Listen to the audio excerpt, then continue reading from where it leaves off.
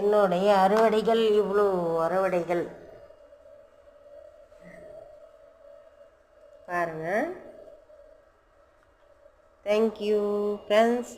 Video பிடிச்சா subscribe பண்ணுங்கள், like பண்ணுங்கள், ஷேர் பண்ணுங்கள், கமெண்ட் பண்ணுங்கள். Thank you friends. வீடியோ பிடிக்கலனாலும் லைக் பண்ணுங்கள், ஷேர் பண்ணுங்கள், கமெண்ட் பண்ணுவீங்களா? ஆனால் பிடிக்கும், எல்லாருக்கும் பிடிக்கும். இந்த வீடியோ யாருக்கும் பிடிக்காமல் இருக்காது.